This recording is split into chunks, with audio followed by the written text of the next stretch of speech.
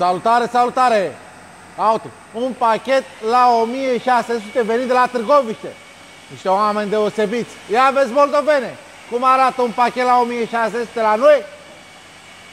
Deci nu trebuie să facă credit la TBI Bank. Auto, separat a avut și aplicat de ceramică, da? Polish în 4 etape.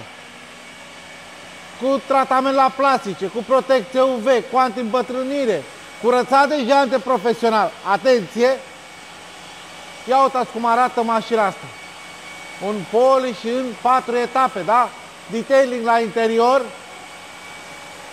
tratament la piele, balsam la piele, tratament la toate plasticele pentru interior, la chedere date cu tratament, curățat pe la toate flapsurile.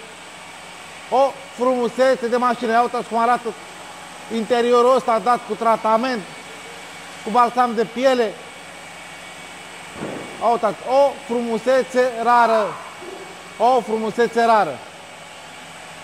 Uitați cum arată cremul ăsta, curățat la amănunțit, doar la 1600 de lei.